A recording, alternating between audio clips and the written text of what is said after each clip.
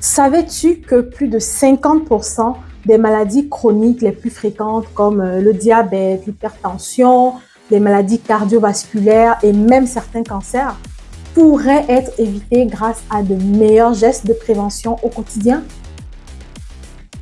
Et pourtant, aujourd'hui encore, malheureusement, la grande majorité d'entre nous, nous attendons d'être malades ou de se sentir moins bien pour commencer à se pencher un peu sur notre santé. C'est justement là qu'est tout le problème. Salut et bienvenue sur la chaîne. Moi, c'est Dr Sonia Bami, médecin généraliste et passionnée par la santé préventive. Et aujourd'hui, je vais te montrer pourquoi la prévention peut littéralement changer ta vie.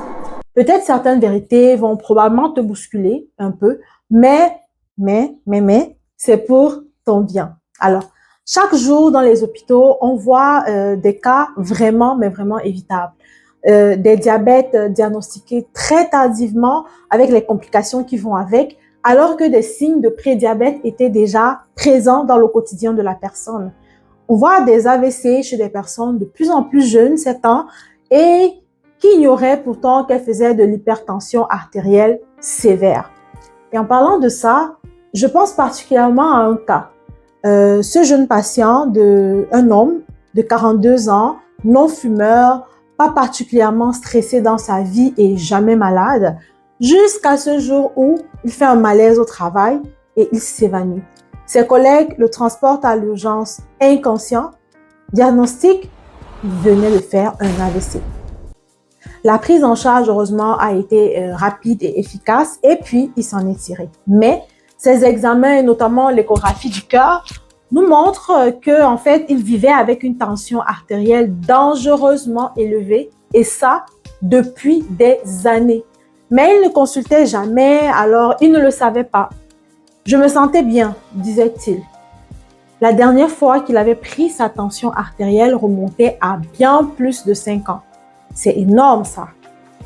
Et je sais que parmi vous, il y en a nombreux qui sont dans cette même situation. Alors, entre nous, dites-moi en commentaire, s'il vous plaît. La dernière fois que vous avez pris votre tension artérielle, ça remonte à quand? Dites-moi en commentaire, s'il vous plaît. Et c'était combien les chiffres aussi, si vous vous en souvenez? L'autre question que je vais vous poser, c'est, avez-vous l'habitude de faire un bilan de santé? Disons tous les 2 à 3 ans, même si vous vous sentez bien. Dites-moi ça aussi en commentaire. Petite précision ici, 2 à 3 ans, c'est pour les moins de 60 ans. Parce que à partir de 60 ans et plus, il est fortement recommandé de faire un bilan de santé chaque année. Mais pas de panique, tu sais quoi? Ton corps est un chef-d'œuvre, un ensemble de systèmes incroyablement bien structurés et intelligents qui ne laissent rien au hasard. Et c'est là que la prévention entre en jeu. La prévention, eh bien, c'est ton levier d'action à toi pour aider ton corps à fonctionner à son meilleur niveau jour après jour. Ok, parlons de la prévention. On distingue principalement 3 niveaux de prévention. La prévention primaire, dont l'objectif est d'éviter l'apparition de la maladie. À ce niveau, ça peut passer par exemple, la vaccination. Tous les vaccins qu'on administre aux bébés, par exemple, contre la tuberculose, la polio, la méningite, etc., eh bien, c'est purement de la prévention primaire. Parce qu'en effet, ils ne sont pas malades, mais on veut justement empêcher que la maladie ne survienne. Autre exemple de prévention primaire, il y a l'éducation à la santé et la promotion de modes de vie sains, qui est très important aussi. D'ailleurs, c'est essentiellement ça que nous faisons sur cette chaîne. On reviendra plus tard sur la partie promotion de mode de vie sain. Retiens ça. Ensuite, il y a la prévention secondaire. L'objectif ici est de détecter la maladie le plus tôt possible et de la traiter de manière précoce afin de limiter ses conséquences. Par exemple, à travers des tests de dépistage. Ça peut être le dépistage des maladies sexuellement transmissibles, du cancer de la prostate, du cancer du sein, etc. D'ailleurs, il y a souvent des campagnes, Et enfin, donc, on a la prévention tertiaire qui, elle, a pour objectif d'éviter que la maladie déjà présente ne s'aggrave. Ici, on veut éviter qu'elle entraîne des complications ou des incapacités. Et aussi, on veut prévenir les rechutes. Et j'aimerais m'attarder un peu ici sur prévenir les rechutes. Prenons le cas, par exemple, de quelqu'un qui a fait un AVC, ok? On l'a traité, il s'en est sorti, mais il faut savoir qu'après un premier AVC, le risque d'en faire un deuxième est élevé. Alors, la prévention tertiaire va entrer en jeu pour éviter justement qu'un autre AVC ne survienne. Et cela va passer par plusieurs aspects, traitement médical sur le long terme, des suivis réguliers, de la réadaptation fonctionnelle pour les séquelles. Et là où je voulais en venir d'ailleurs, ça va passer aussi par des modifications obligatoires du mode de vie. C'est-à-dire adopter une alimentation équilibrée, faire de l'activité physique adaptée plus régulièrement, arrêter de fumer pour les fumeurs, réduire au maximum la consommation d'alcool, apprendre à mieux gérer son stress, etc., etc. Te souviens-tu plus haut quand on parlait de la prévention primaire, je t'ai dit qu'on reviendra sur la partie promotion des modes de vie sains. Eh bien, tu vois que le mode de vie sain revient ici, mais on n'est plus du tout dans la promotion là. C'est-à-dire juste dans l'encouragement et tout. Non, non, non, on n'est plus là. Ici, à ce stade, on est vraiment rendu obligé de le faire si on veut maintenir une certaine stabilité dans notre état de santé. Ici, tout écart fréquent ouvre la porte directe à une potentielle rechute et ou des complications plus graves. Alors, je te demande sûrement pourquoi est-ce que je mets l'accent sur tout ceci, n'est-ce pas?